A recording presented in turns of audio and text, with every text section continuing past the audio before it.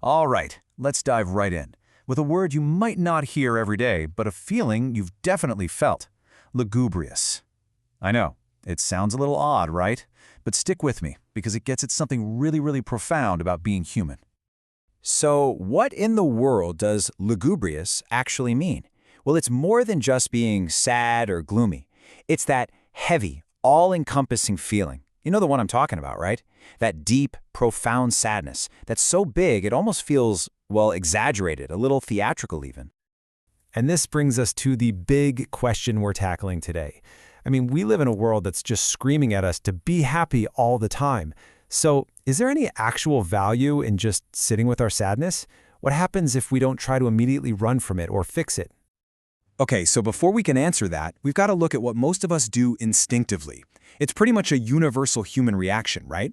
When that gloomy, lugubrious feeling shows up, we run. And let's be clear, that's a totally natural thing to do. I mean, who enjoys feeling sad? Nobody.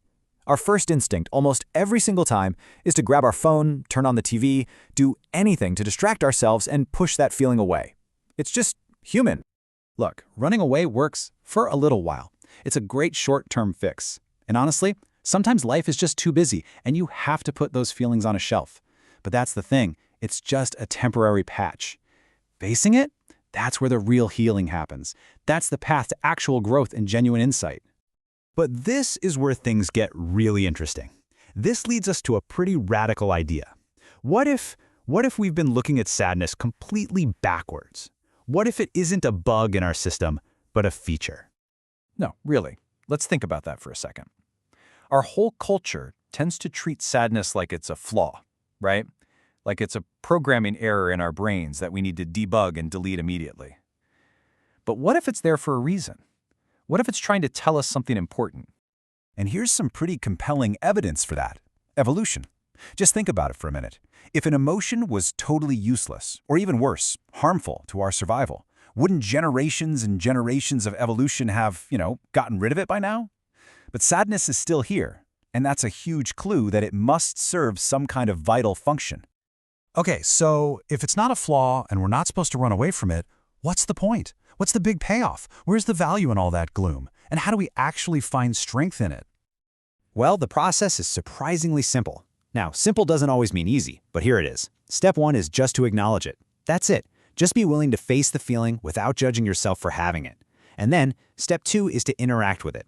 Get curious. Start asking it questions like, hey, what are you trying to tell me? Or what's the lesson I'm supposed to learn here? And the payoff for doing this? It's huge. When you learn to have that conversation with your sadness, you start to uncover these incredible insights about your life, what you value, what you really need. You come out the other side not just okay, but actually stronger, with a much deeper understanding of yourself.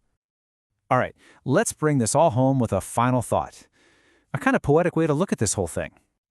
I want you to really let this one sink in.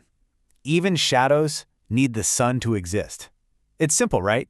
But man, is it profound. I mean, think about it. You can't have a shadow without a light source. It's impossible. In the same way, all those feelings of sadness, of gloom, they don't just exist on their own. They only show up because light, things like joy and happiness and connection, exist too. Our dark moments and our bright moments aren't enemies. They're part of the exact same picture. So that leaves us with this final thought.